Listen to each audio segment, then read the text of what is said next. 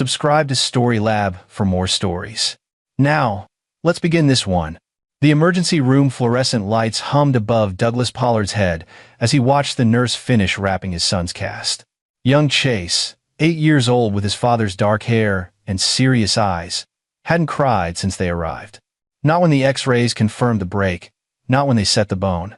The boy just stared at the white wall with an expression Douglas had never seen before, something between shock and shame. "It's a clean break of the ulna," the doctor said, making notes on her tablet.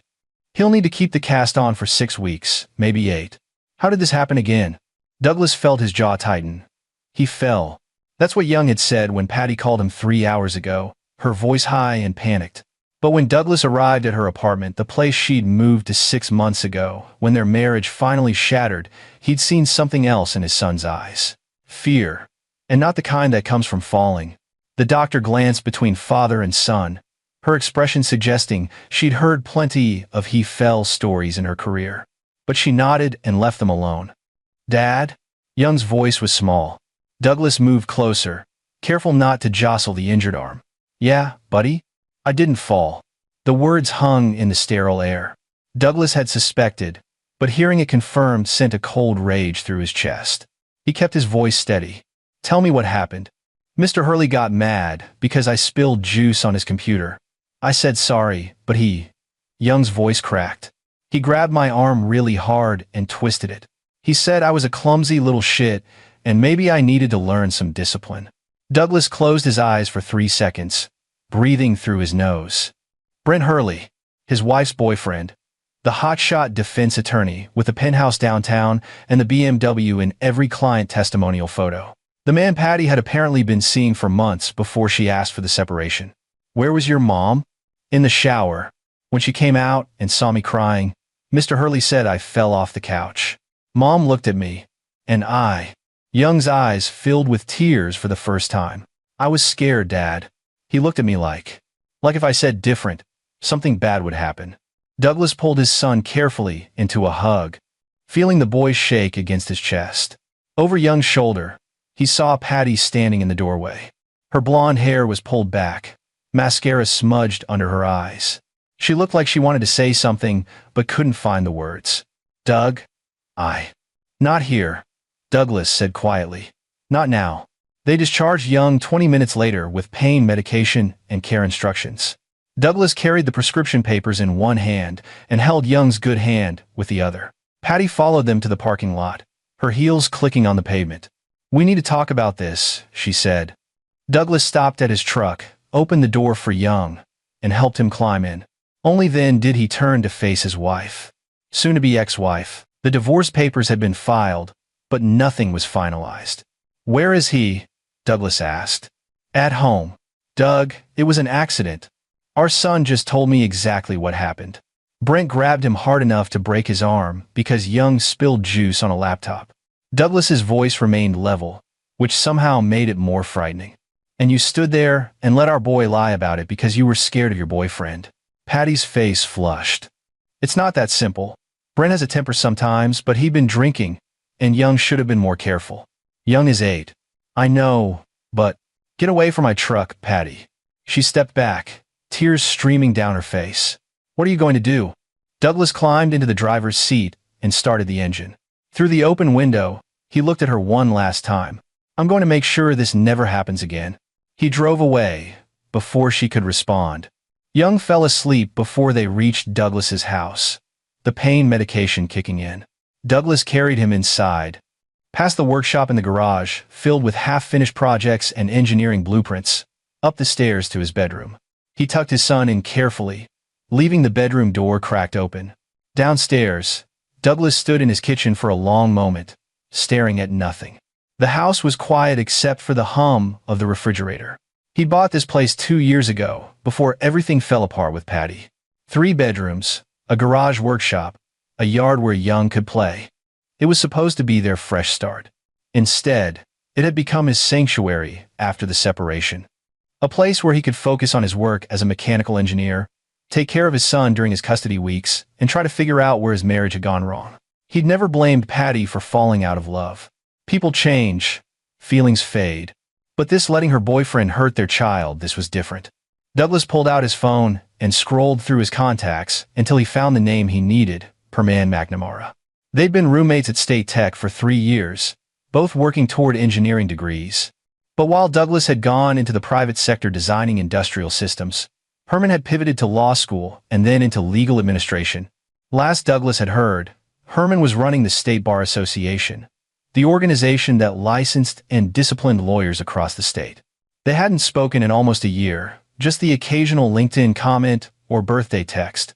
But Douglas remembered Herman from their college days, brilliant, ambitious, and absolutely ruthless when someone crossed him.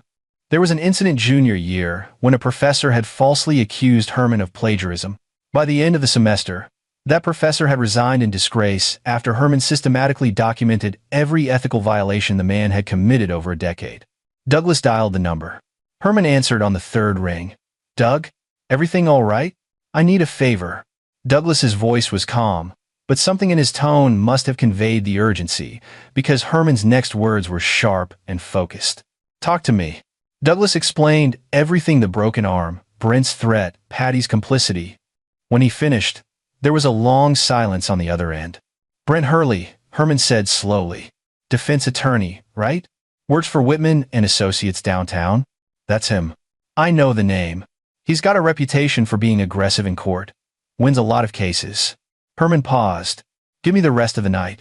Don't do anything yet. Don't call the police. Don't confront him. Just sit tight." "Herman, trust me, Doug. If this guy threatened you with his lawyer credentials, then that's where we hit him. I'll call you in the morning." The line went dead. Douglas set his phone on the counter and stood in the dark kitchen, listening to the house settle around him. Upstairs, Young was safe and sleeping. Tomorrow would bring more complications dealing with Patty, figuring out the custody situation, maybe even filing a police report despite Brent's threats. But tonight, Douglas allowed himself to imagine justice. Real justice. Not the kind that came from a courtroom where money and connections determined outcomes. The kind that came from having a friend who knew how to weaponize the system itself. He checked on Young one more time, then went down to his workshop in the garage. When his mind was turbulent, he worked with his hands.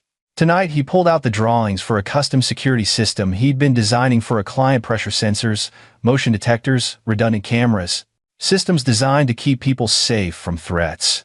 Douglas worked until 3 in the morning, his hands steady despite the anger simmering beneath his calm exterior. He'd always been the rational one, the engineer who solved problems with logic and precision.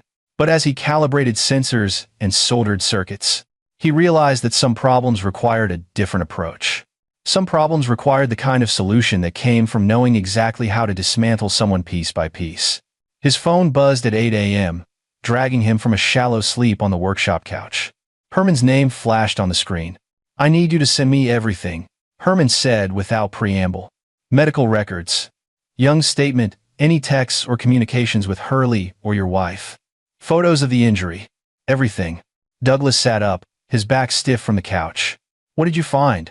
"More than enough. Brent Hurley has had 3 complaints filed against him with the bar over the last 5 years, all dismissed due to insufficient evidence.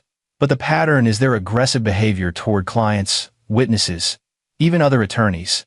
There's also a sealed file from a domestic disturbance call 8 years ago. His ex-girlfriend filed a restraining order that was later dropped. Can you use that?" "I can use all of it. Send me what you have. By this afternoon, I'll have an emergency ethics review initiated. They'll suspend his license pending investigation." Douglas felt something cold settle in his chest. How fast can this happen? If everything checks out, his license could be revoked by tonight. Emergency powers allow me to act quickly when there's evidence of harm to the public, and a lawyer assaulting a child absolutely qualifies. Herman's voice hardened. "But Doug, I need to know, is this what you want? Because once this starts, Hurley's career is over. He'll fight it, but he'll lose. This is scorched earth." Douglas thought of Young's face in the hospital. That terrible combination of pain and fear. He thought of Brent's smug threat, "Call the cops." "I'm a lawyer. You'll lose." "Do it," Douglas said. "Okay. One more thing after this hits. Things might get messy. Hurley will know it came from you somehow. He'll be angry, possibly desperate. You need to be careful. I can handle myself." "I know you can, But Doug? Herman paused. If you need anything else, anything at all, you call me. We take care of our own. Douglas ended the call and immediately began gathering everything Herman needed. Medical reports from the hospital, photos of Young's cast, a written statement from his son describing exactly what happened. He compiled it into an encrypted file and sent it through a secure email. By the time Young woke up around 10, Douglas had breakfast ready, chocolate chip pancakes, Young's favorite. The boy came downstairs slowly, cradling his casted arm. "How's the pain?" Douglas asked. "It's okay. The medicine helps." Young climbed onto a kitchen stool carefully. "Dad, is something going to happen to Mr. Hurley?" Douglas set a plate in front of his son. "What do you mean? I heard you on the phone last night. You were talking to someone about him." Young's eyes were too old for an 8-year-old. "I don't want him to hurt you too." Douglas knelt down to his son's level. "Listen to me. Mr. Hurley is never going to hurt you again, and he's never going to hurt me.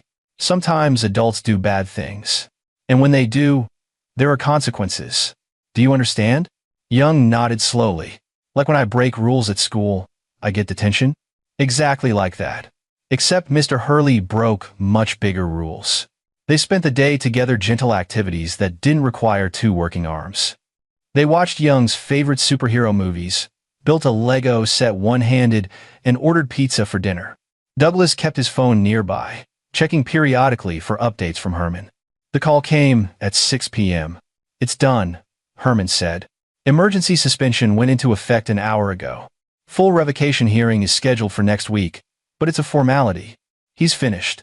Douglas stepped out onto the back porch, closing the door behind him. How did he react? According to my contact who delivered the notice, not well. Lots of shouting, threats of lawsuits, the usual. But he's smart enough to know this is real. The evidence is overwhelming once you start pulling threads. Herman paused. "There's something else, Doug. When we dug into his history, we found more than just complaints. There was a girl he dated in law school. She died in what was ruled an accidental fall downstairs. No charges were ever filed, but the police report noted suspicious bruising." Douglas felt his grip tighten on the phone. "You think he killed her?" "I think Brent Hurley has been hurting people for a long time and getting away with it because he knows how to work the system. But that ends now. What about Patty? Does she know? If she doesn't yet, she will soon. This is going to be public, Doug. Local legal community is small, and a lawyer losing their license over assault allegations makes news." After they hung up, Douglas stood on the porch for a long moment, watching the sun set over his backyard. He won the first battle. Brent's career was destroyed, his reputation shattered. But Herman's words echoed in his mind. There was a girl who died. A pattern of violence swept under the rug. Brent Hurley wasn't just an asshole with a temper. He was a predator who'd been protected by his credentials and connections. Douglas went back inside, checked on Young, and then retreated to his workshop. He pulled up his computer and began his own research, digging into public records, court filings, news archives. If Brent had a history, Douglas wanted to know every detail. What he found over the next 3 hours made his blood run cold. The dead girlfriend from law school was named Sarah Chen, 23 years old, honor student, found at the bottom of a stairwell in Brent's apartment building. The medical examiner noted defensive wounds on her arms, bruising consistent with being grabbed, but the official ruling was accidental death. Brent had been questioned and released. No charges filed. There were others too. A client who'd filed a complaint claiming Brent had threatened her.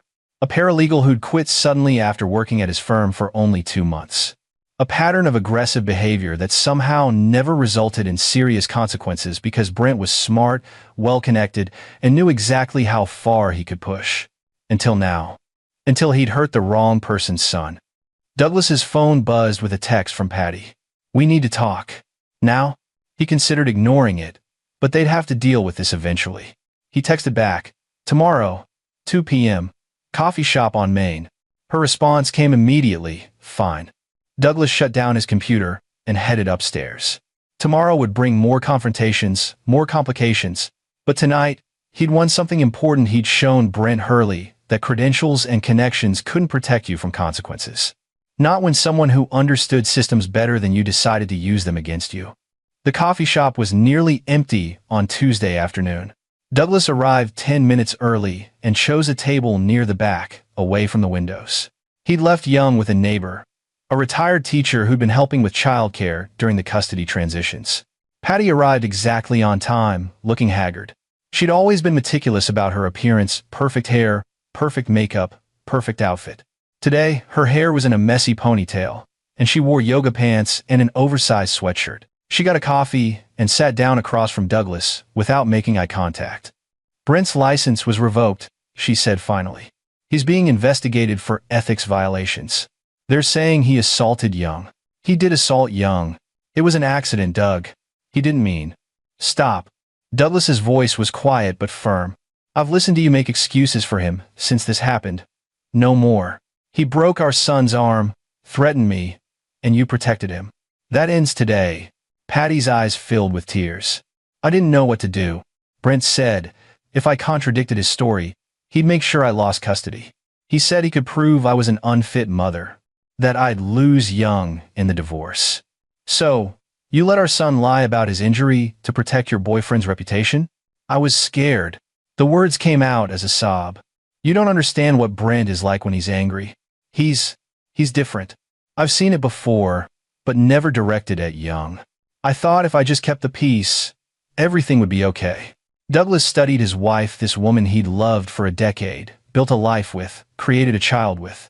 She looked broken, and part of him wanted to comfort her. But the larger part remembered Young's face in that hospital room. "Tell me about the other times," he said. Patty wiped her eyes. "What? You said you've seen Brent angry before. Tell me." She hesitated, then began talking. It came out in a rush stories of Brent's temper, his controlling behavior, his need to always be right. He'd never hit Patty, she insisted, but he'd punched walls, thrown objects, once destroyed her phone when she tried to leave during an argument. She told herself it wasn't abuse because he never actually hurt her. She convinced herself she could manage his moods, keep him calm. "Did you know about Sarah Chin?" Douglas asked when she finished. Patty's face went pale. "Who?" "His girlfriend from law school. The one who died falling downstairs." Brent mentioned an ex who died, but he said it was a tragic accident. He seemed really broken up about it. She had defensive wounds. The police suspected foul play, but couldn't prove anything. Patty stared at her coffee cup. "Oh my God.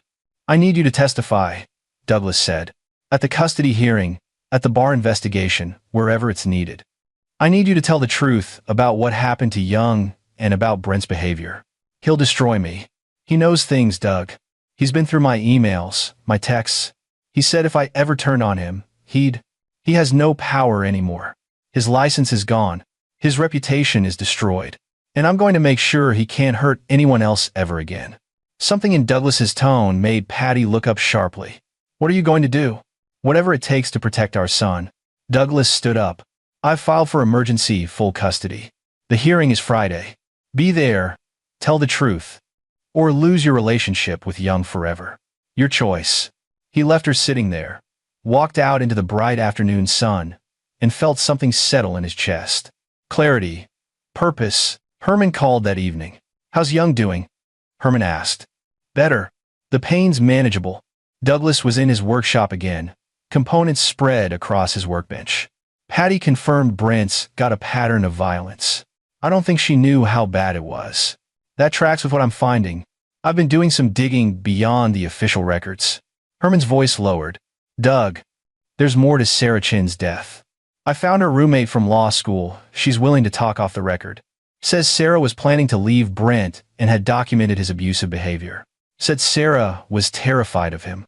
Jesus. There's more. The roommate said Sarah's laptop disappeared after she died. It was never recovered. She'd been keeping a detailed journal of Brent's behavior, dates, incidents, photos of bruises. All of it vanished. Douglas felt ice water run through his veins. "You think Brent destroyed evidence?" "I think Brent has been very careful for a very long time about covering his tracks.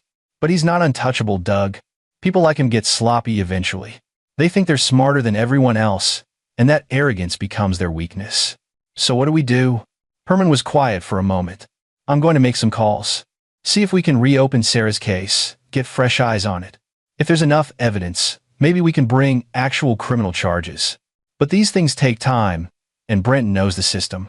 He'll lawyer up, fight every step. Time is something I don't have. The custody hearing is Friday. Every day Young isn't fully protected is a day I lie awake at night, wondering if Brent will try something. Then, we accelerate. Herman's voice took on a different quality, colder, more calculating. Meet me this weekend. There's something I need to show you. They agreed on Saturday morning at Herman's lake house, 2 hours north of the city. Douglas spent the rest of the week preparing for the custody hearing, documenting everything, working with his lawyer to build an ironclad case. Patty, to her credit, provided a written statement confirming Brent's assault on Young and detailing his controlling behavior. The Friday hearing was brutal but effective. The judge, a stern woman in her 60s, reviewed the medical evidence, read Young's statement, and listened to Patty's testimony. Brent wasn't present. His own lawyer advised him to stay away, given the pending bar investigation. This court grants Douglas Pollard full temporary custody, the judge ruled. Patty Pollard will have supervised visitation only, pending completion of parenting classes and psychological evaluation. Brent Hurley is prohibited from any contact with a minor child. This order is effective immediately. Douglas felt Young squeeze his hand under the table. They'd won. For now. Saturday morning, Douglas drove north to Herman's lake house, leaving Young with his sister who'd flown in from Colorado to help. The lake house was isolated, surrounded by pine trees, accessible only by a long gravel road. Herman was waiting on the porch when Douglas arrived. Good drive? Herman asked, shaking his hand. Long. You said you had something to show me? Herman gestured toward the house. Come inside. We need to talk about next steps. The interior was sparse but comfortable leather furniture, a stone fireplace, walls lined with bookshelves. Herman poured 2 glasses of whiskey and handed one to Douglas. To Justice, Herman said, raising his glass. They drank. Then Herman set down his glass and pulled out a laptop. I've been working on something, Herman said, a way to ensure Brent never hurts anyone again. But it requires a level of commitment that goes beyond legal channels. I need to know if you're willing to go there. Douglas met his friend's eyes. Tell me. What Herman revealed over the next hour was both brilliant and terrifying. He'd been compiling evidence not just for the bar investigation, but for something larger, a comprehensive case that would destroy every aspect of Brent's life. Financial records showing questionable transactions. Communications suggesting Brent had been manipulating clients. Witnesses from his past willing to testify about his violent behavior. But here's the problem, Herman said. Even with all of this, Brent's connected. His father is Judge Carlton Hurley, retired but still influential. His uncle runs one of the biggest law firms in the state. He's got money, resources, and the knowledge to fight this in court for years. By the time everything shakes out, Young will be grown. So, what's the alternative? Herman pulled up a series of documents on his laptop. We make him disappear. Not literally, that's too risky, but we make it impossible for him to function in society. We destroy his credibility, his finances, his relationships. We make him radioactive to everyone he knows. And then, Herman paused. Then we give him a choice. Leave the state voluntarily and never come back, or face criminal charges that will put him in prison for the rest of his life. Can you actually build a criminal case? With what I have? Yes. Sarah Chen's roommate is willing to testify. I found 2 other women who were in relationships with Brent and experienced abuse. The evidence of witness tampering and evidence destruction is circumstantial but compelling. But the process could take years, and there's always the chance he walks. Douglas stared at the laptop screen, at the files Herman had compiled. What do you need from me? I need you to help me apply pressure in ways I can't do officially. You're an engineer, you understand systems, vulnerabilities. Brent lives in a high-rise downtown, state-of-the-art security, but every system has weaknesses. I need you to find them. Douglas thought about Young's broken arm, about Sarah Chen at the bottom of those stairs, about all the people Brent had hurt over the years.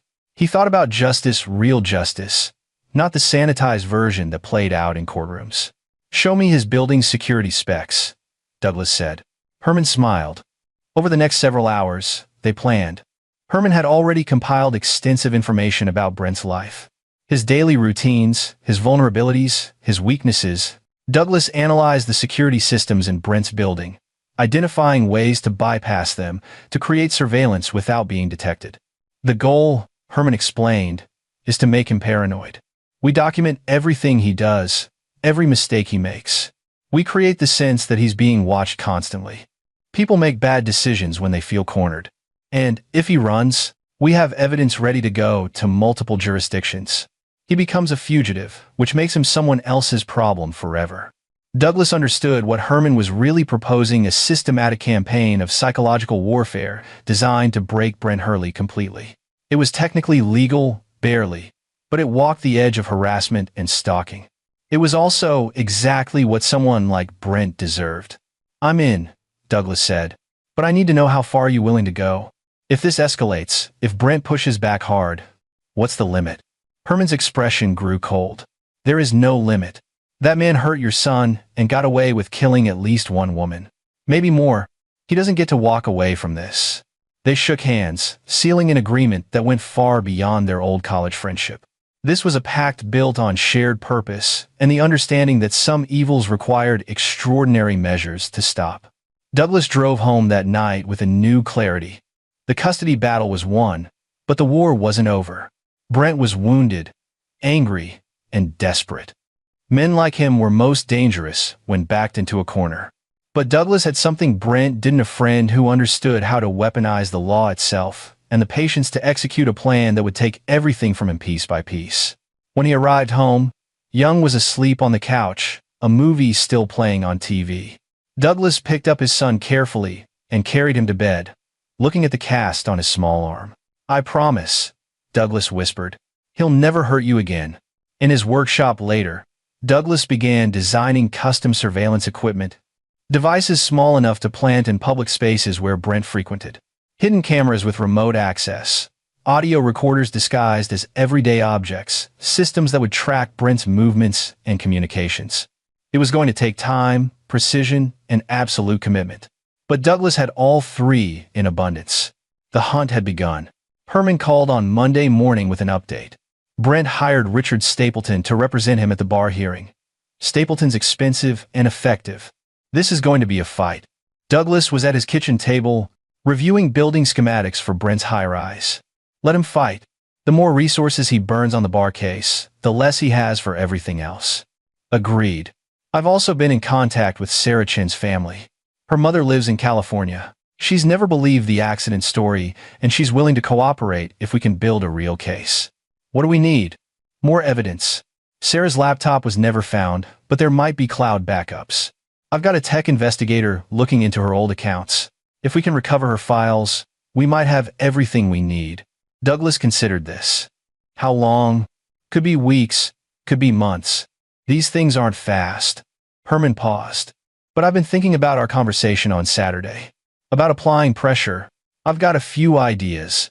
They met again 2 days later, this time at a restaurant halfway between their cities. Herman brought a folder containing background checks on several people in Brent's life. His current girlfriend, his law partners, his parents, everyone has pressure points, Herman explained. Brent's girlfriend Stephanie is a dental hygienist. Clean record, no red flags. But she's also in significant debt: student loans, credit cards. Someone could anonymously send her information about Brent's past. Let her make her own decisions. You want her to leave him? I want to isolate him. No girlfriend, no support system, no one to alibi him or help him maintain a normal facade. Herman pulled out more documents. His law partners at Whitman and Associates are already distancing themselves. The bar investigation is bad publicity, but we could accelerate that process. Let certain information reach certain people. Douglas studied the papers. This was character assassination at a systematic level.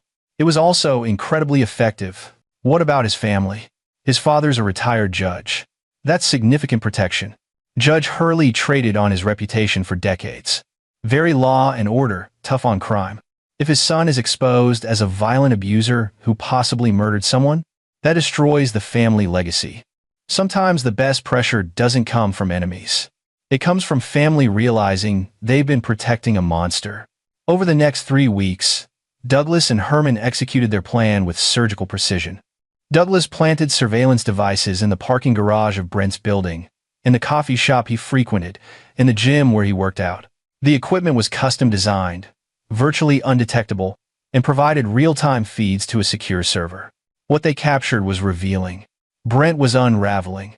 He spent hours on the phone arguing with his lawyer about legal strategy. He met with his father multiple times, conversations that grew increasingly heated.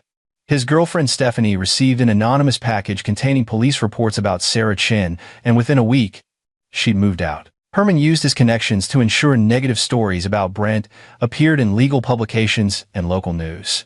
Disgraced attorney under investigation. Pattern of violence alleged in bar case. Each story was carefully sourced, legally bulletproof, and devastating to Brent's reputation. Douglas watched it all unfold from his workshop, monitoring feeds, compiling evidence. He spent his days being a good father to Young, helping with homework, attending doctor's appointments for the healing arm. At night, he became something else, an architect of destruction, someone who understood that justice sometimes required building perfect traps. Herman called on a Thursday evening, his voice tight with excitement. "We found it. Sarah Chin's cloud backup. Everything she documented about Brent, abuse, threats, everything. It's enough for criminal charges. How good is the evidence?" Overwhelming. Photos of bruises, journal entries describing assaults, text messages where Brent explicitly threatens her. Her last entry was 3 days before she died. She wrote that she was leaving him and was afraid he'd kill her. Herman's voice dropped. "Doug, this is it. We can put him away." "So we go to the police?" "Not yet. First we let Brent know we have it. We let him understand that his options are extremely limited. Then we give him the choice, leave voluntarily or spend the rest of his life in prison." Douglas felt a cold satisfaction settle over him. "When?" "Tomorrow night. I've arranged a meeting with Brent's lawyer. Ostensibly to discuss a settlement of the bar case. But really, to show them what we have. To make it clear that this is over." The meeting took place in Herman's office at the State Bar Building. Douglas wasn't present. Herman insisted this needed to be handled officially, at least on the surface. But Herman called Douglas immediately afterward, putting him on speakerphone so Douglas could hear everything. "They saw the evidence," Herman said. Stapleton went pale. Brent tried to bluster, claimed it was all fabricated, but his lawyer shut him down immediately. "What's their response?" "They want 24 hours to discuss options." "But Doug, I've seen a lot of lawyers in my career. Stapleton knows this is over. He's going to advise Brent to take any deal that keeps him out of prison." Douglas thought about this, standing in his workshop surrounded by the surveillance equipment and evidence files. "And if Brent refuses? Then we go to the DA with everything. Full criminal prosecution for Sarah's murder, assault charges for what he did to Young, witness tampering, evidence destruction, all of it. He'll spend the rest of his life in prison." "Good. There's one more thing." Herman's voice grew quiet. "Brent made some threats during the meeting. Nothing specific, but he's desperate. You need to be careful. Make sure Young is safe. Already ahead of you. I've installed a complete security system at the house. Cameras, alarms, everything. Nobody gets near Young without me knowing." They hung up, and Douglas reviewed his own security footage, perimeter cameras, motion sensors, every entrance monitored. He turned his house into a fortress, and Young barely noticed because Douglas had made it seem like a fun game, teaching his son about engineering and security systems. The call came at 2 a.m. Douglas was half asleep when his phone rang. Herman's name flashing on the screen. "Doug, we have a problem." Herman's voice was strained.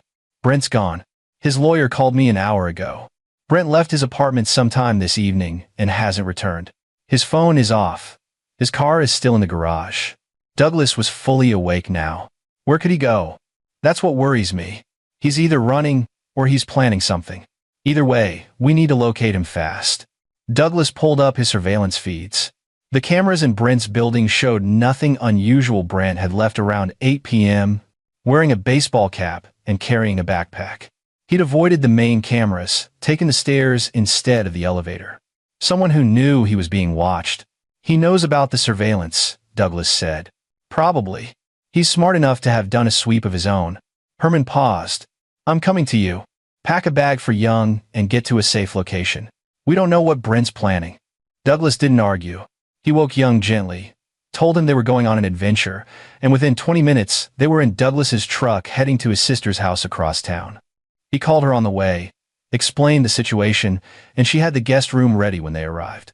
"Stay here," Douglas told Young. "Aunt Rebecca is going to take care of you for a little while." "Where are you going?"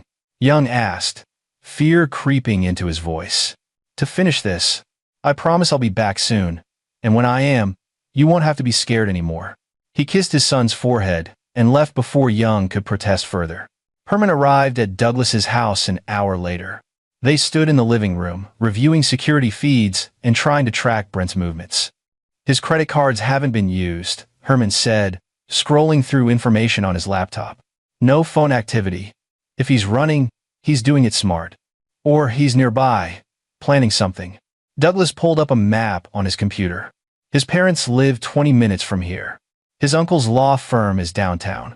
Where else might he go?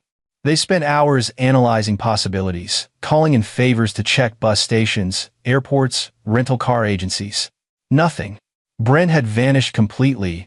Dawn was breaking when Herman's phone rang. He answered, listened for a moment, then his face went pale. "When?" Herman asked sharply. "Okay. Don't touch anything. We're on our way." He hung up and looked at Douglas. "That was my assistant. Someone broke into my office at the bar building overnight. They ransacked the place, took files related to Brent's case. He's destroying evidence. Or looking for something specific. Come on." They drove to the bar building in silence. Police were already there. Herman had called them on the way. The office was a disaster. File cabinets emptied, papers scattered everywhere. But Douglas noticed something odd. The destruction was focused. Whoever did this knew exactly what they were looking for. "The cloud backup of Sarah's files," Herman said quietly, realizing the same thing. "He thinks if he destroys the physical evidence, it goes away. But you have digital copies. Multiple backups, yes. But Brent doesn't know that." Herman's eyes narrowed. "We can use this. Let him think he succeeded. Let him relax. Then hit him with everything." Douglas agreed, but something felt wrong. Brent wasn't stupid. Breaking into a state bar office was a desperate move, one that would only make things worse for him legally. Unless he wasn't planning to be around for legal consequences. "Herman, I need you to think. If Brent knows he's beaten, if he knows prison is inevitable, what does he do?" Herman met Douglas's eyes with understanding. He makes sure he takes someone down with him. They rushed back to Douglas's sister's house, but everything was fine. Young was eating breakfast, watching cartoons, completely safe. Douglas felt relief wash over him. "We need to draw him out," Herman said when they were alone. "Set a trap, somewhere we control the environment. Make him come to us." "How?" "We leak information that there's evidence he doesn't know about, stored somewhere specific. Make him think he has one last chance to destroy it before we go to the DA." Herman was already planning. "My lake house. It's isolated, no neighbors, and we can prepare." "You're talking about luring him into a trap where we confront him directly. That's dangerous. The alternative is waiting for him to make a move we don't see coming. At least this way, we're in control." Douglas considered this. It went against every cautious instinct he had. But Herman was right, they needed to end this definitively.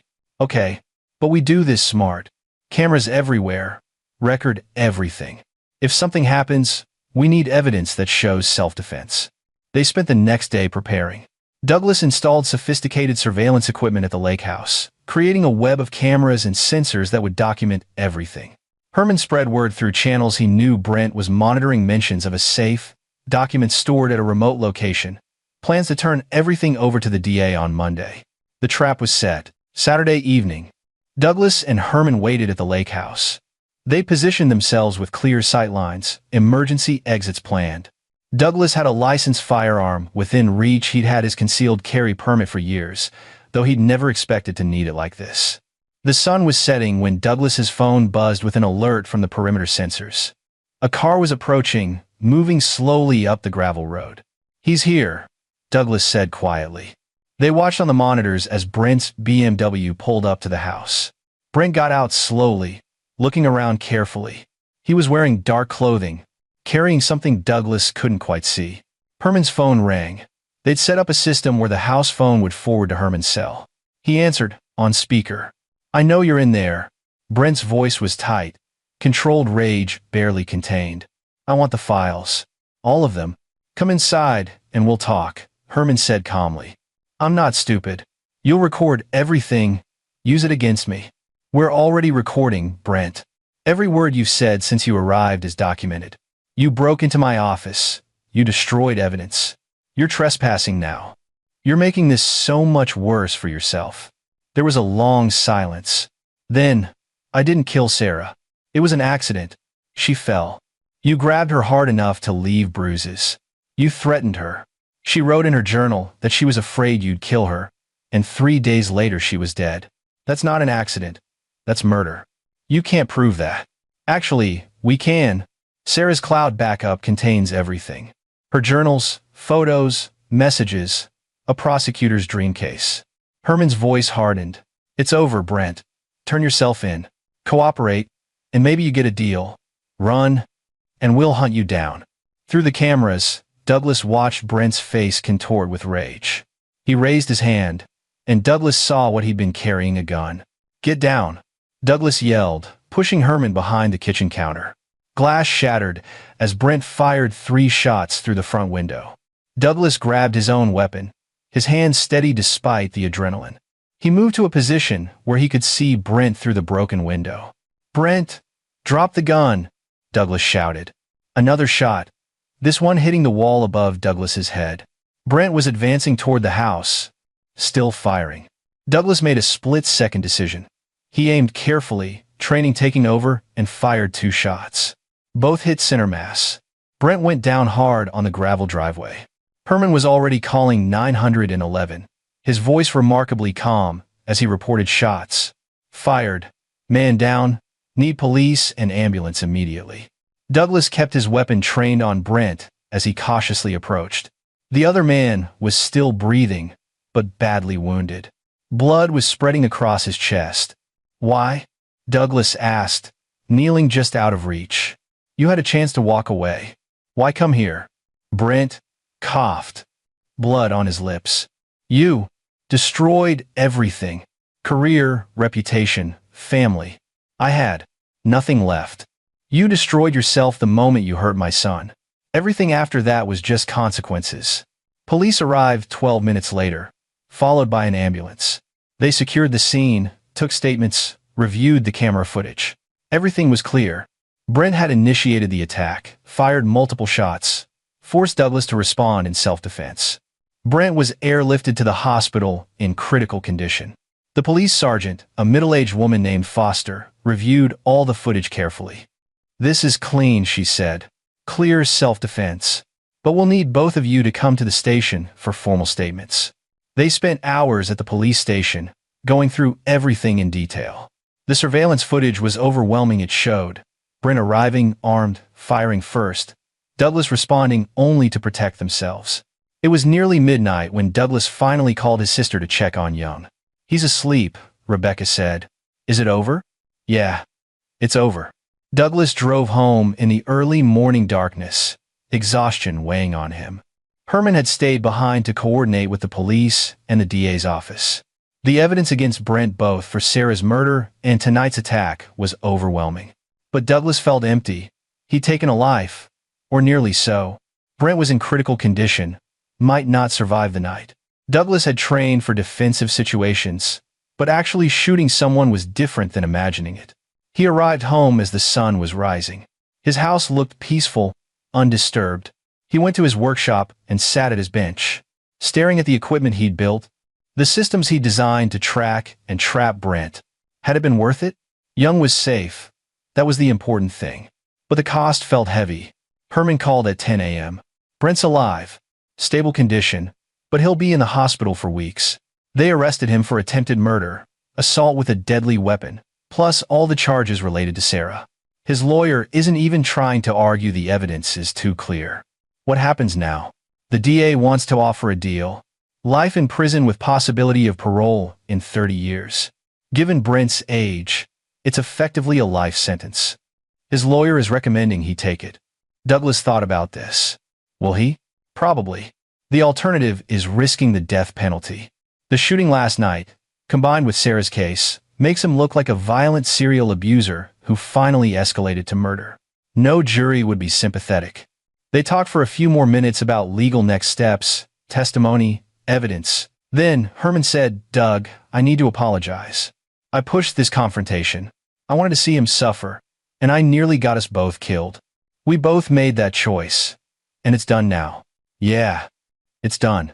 Douglas picked up Young from his sister's house that afternoon. His son looked small and worried, the cast on his arm a reminder of where this had all started. "Is Mr. Hurley gone?" Young asked in the truck. "Yes. He's going to prison for a very long time.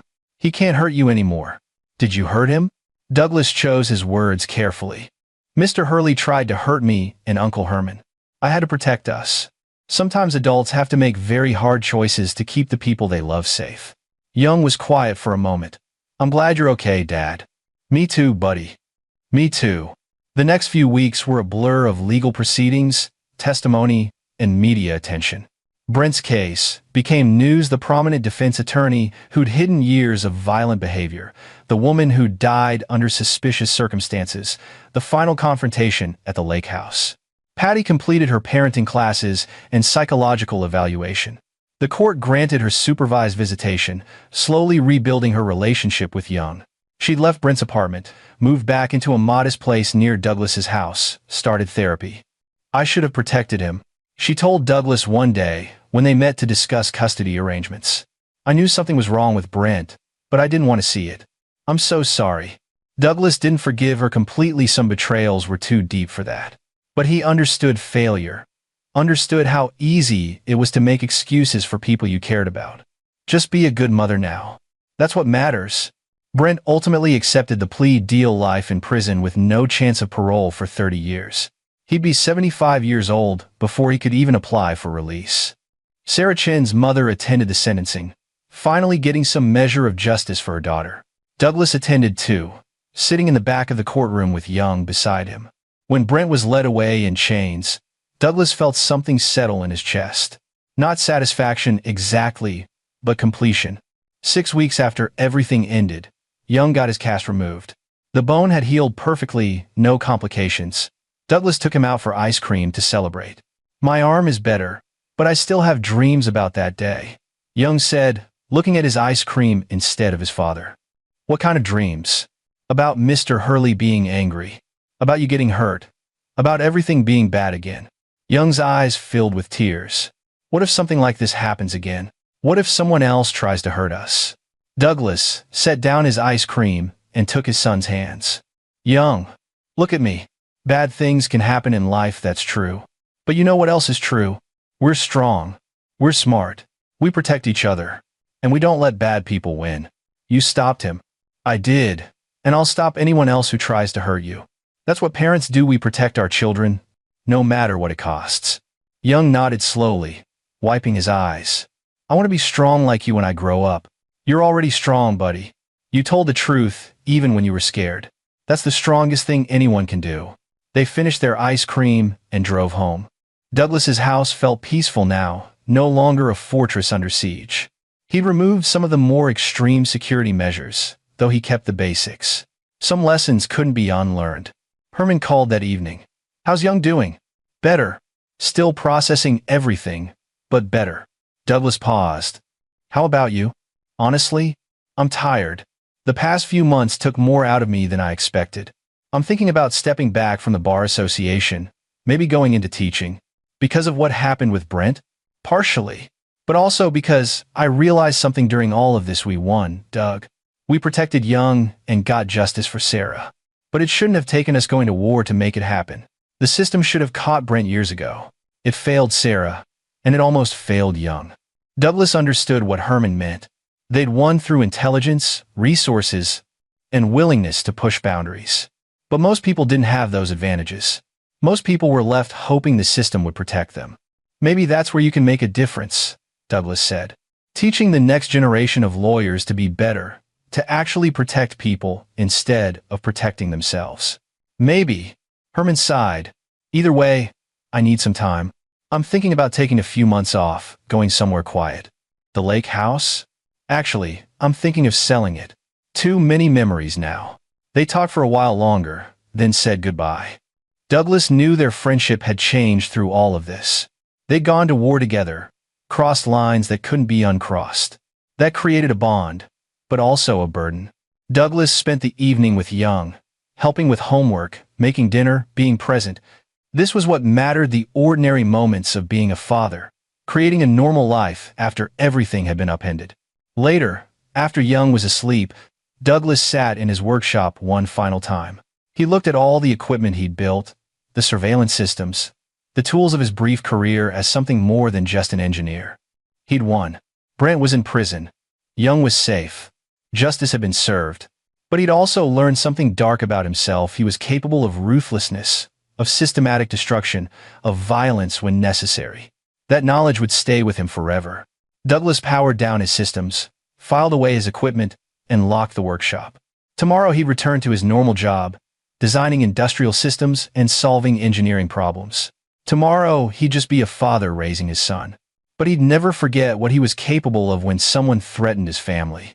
3 months later, Douglas received a letter from Sarah Chin's mother. It was handwritten, careful script on nice stationery. "Dear Mr. Pollard," it began, "I wanted to thank you for what you did to bring my daughter's killer to justice.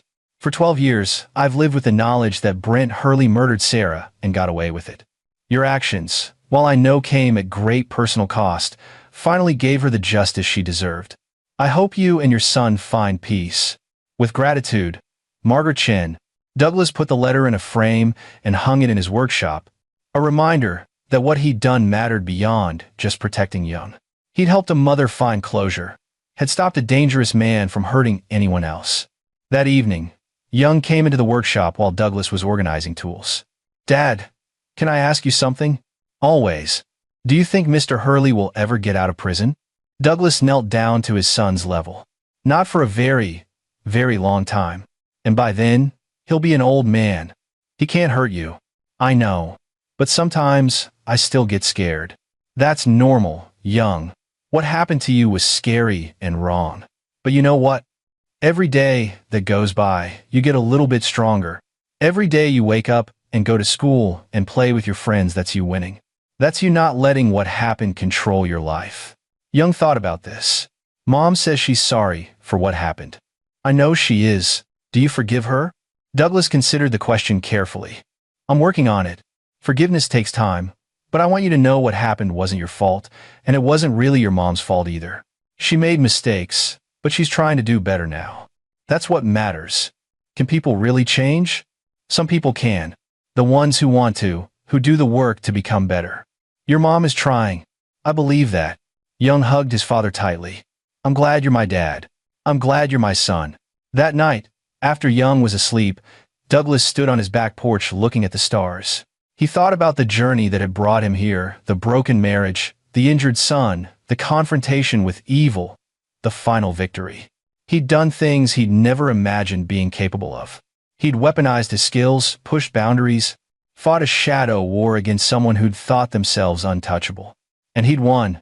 But more importantly, he'd learned something about love, that it could be fierce, protective, even dangerous when threatened. That being a father meant more than just providing and nurturing. Sometimes it meant becoming a warrior. Douglas went back inside, checked on Young one more time, and went to bed. Tomorrow would bring new challenges, new problems to solve. But tonight, his son was safe, justice had been served, and a predator was behind bars where he belonged. It was enough. In the end, Douglas realized, revenge wasn't about violence or destruction.